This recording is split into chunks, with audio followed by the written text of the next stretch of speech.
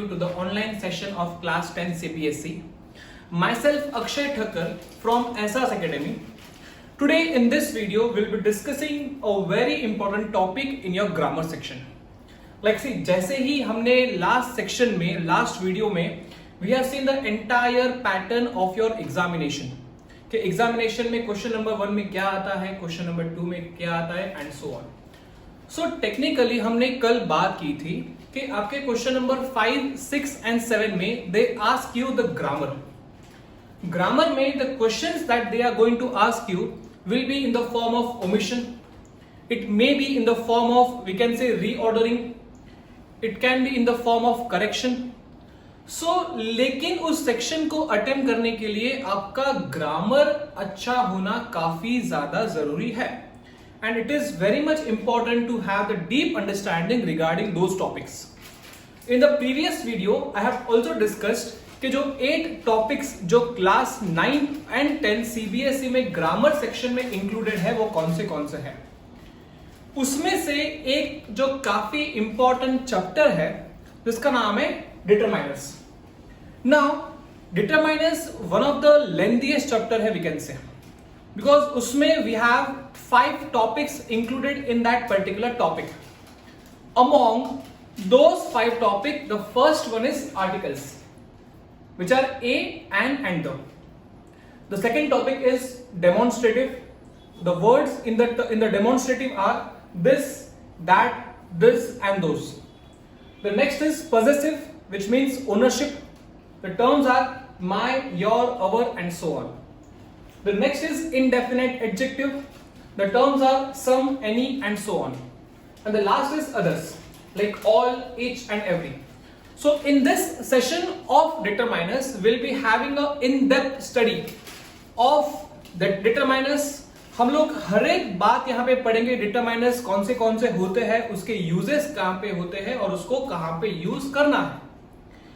Okay, so now without wasting much of our time, let's start. So now let's move forward. Determiners का सबसे पहला जो important topic है वो है articles. Now what are articles? The terms a, an and the, ये जो 3 आपको words दिख रहे हैं वो articles कहलाते हैं. Now where do we use a, where do we use an and where do we use the? So a और an के simple एक ही uses है, which are a is used before the words beginning with the consonant sound and an is used before the words beginning with the vowel sound. इसका मतलब कि हम लोग जो लेटर a है वो ऐसे वर्ड्स के पहले यूज करेंगे जिसका पहला लेटर एक कॉन्सोनेंट है, और an हम लोग ऐसे जगह पे यूज करेंगे जिसका पहला लेटर एक वॉवेल है. अभी ये पूरे यूज को याद रखने के लिए we have made a mnemonic, जैसे AC एंड ANV. AC का मतलब कि a is used before the words beginning with the consonant sound and an is used before the words beginning with the vowel sound. अब बचपन से आप लोग पढ़ते आ रहे हो वॉवेल्स क्या होते हैं एंड कॉन्सोनेंट्स क्या होता है, लेकिन जस्ट टू मेंशन वॉवेल्स में टोटल 5 लेटर्स आएंगे. Those are A, E, I, O, U. और कॉन्सोनेंट्स क्या होते हैं? कॉन्सोनेंट्स में अदर देन वॉवेल्स. इसका मतलब कि we have 5 vowels and we have 21 consonants. Now let's take the example. जैसे आपने पढ़ा कि a कहां पे यूज होगा, ऐसे वर्ड्स के पहले जिसका पहला लेटर एक कॉन्सोनेंट हो, और an कहां पे यूज होगा, ऐसे लेटर्स के पहले जिसका पहला, ऐसे वर्ड्स के पहले जिसका पहला लेटर एक वॉवेल हो. Like C, let's take the example. Like C, अगर हम लोग बॉय की बात करें, सो बॉय का फर्स्ट लेटर एक कॉन्सोनेंट है, so it will be a boy. Next girl. So with girl का first letter G, so it is a consonant, so a girl. वैसे ही हम लोग बात करें umbrella. So umbrella का जो first letter है वो L है, वो एक vowel का sound दे रहा है, तो उसके आगे भी हम लोग a यूज करेंगे. लेकिन अभी आपको यहां पे काफी ज्यादा ध्यान देना है। लाइक जैसे we have the term honest, अभी आप सबको पता है कि जो टर्म ऑनेस्ट है we call it as a honest and not honest, as H यहां पे साइलेंट है। सो टेक्निकली यहां पे साउंड ओ का आ रहा है, it is honest and not honest. So since यहां पे साउंड ओ का आ रहा है and O is a vowel, so vowel के पहले हम लोग एन यूज करेंगे, so it will be an honest person. So यहां पे और एक चीज आप लोग नोट करिए कि आपको यहां पे लेटर्स तो देखना ही है, लेकिन उससे ज्यादा जरूरी लेटर का साउंड क्या आ रहा है आपको वो भी देखना है। Is that clear? सो ये याद रखने के लिए आपको सिर्फ दो निमोनिक याद रखने हैं, it is A N V and A C. Now moving forward, that is the. अभी द कहां पे यूज करेंगे? Now please listen to me very carefully. The के बहुत बहुत सारे यूजेस हैं, लेकिन हर एक यूज आपको समझना पड़ेगा और आपको लिखना भी पड़ेगा, तो ही आप समझ पाओगे उसको। सो एकदम ही आराम से हम लोग देखेंगे कि द कहां पे यूज करना है। So the very first use of the is used when we talk about some particular person और थिंग। इसका मतलब कि हम किसी पर्टिकुलर पर्सन या थिंग के बारे में बात करेंगे तो उसके पहले द यूज होगा। Let's take the example. एक स्टूडेंट है, उसने मुझे बोला कि sir I want a book named Gulliver's travel. मैंने उसको रिप्लाई किया the book you want is out of print. So the question is कि हमने यहां पे द क्यों यूज किया? बिकॉज हम लोग कोई पर्टिकुलर थिंग के बारे में बात कर रहे हैं, हम लोग कोई पर्टिकुलर एक बुक के बारे में बात कर रहे हैं। So when we talk about some particular person और थिंग, उसके आगे हम लोग द यूज करेंगे। सो जो एग्जाम्पल मैंने आपको अभी दिया वही एग्जाम्पल यहां पे लिखा हुआ है, the book you are talking about is out of print. Next, so ये था इसका first use. Second use, when a singular noun is used to represent the whole class. अभी ये पॉइंट थोड़ा टफ है और थोड़ा टेक्निकल भी है, लेकिन इसका एग्जाम्पल आप सुनिए, आपको आराम से पता पड़ जाएगा। The point is when a singular noun is used to represent the whole class.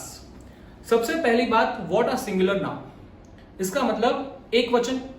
Okay, अभी नाउन क्या होता है? किसी भी पर्सन, एनिमल, प्लेस या थिंग का नाम। ओके, सो अभी let's take the example, the cow is a useful animal.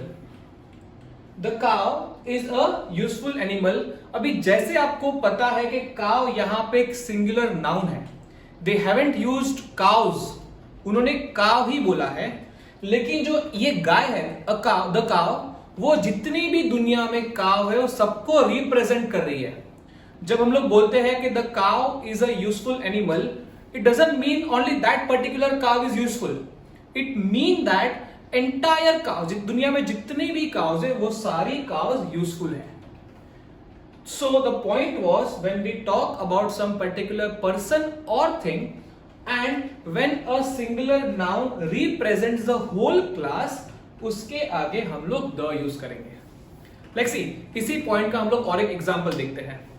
Like the example is, the dog is an honest animal.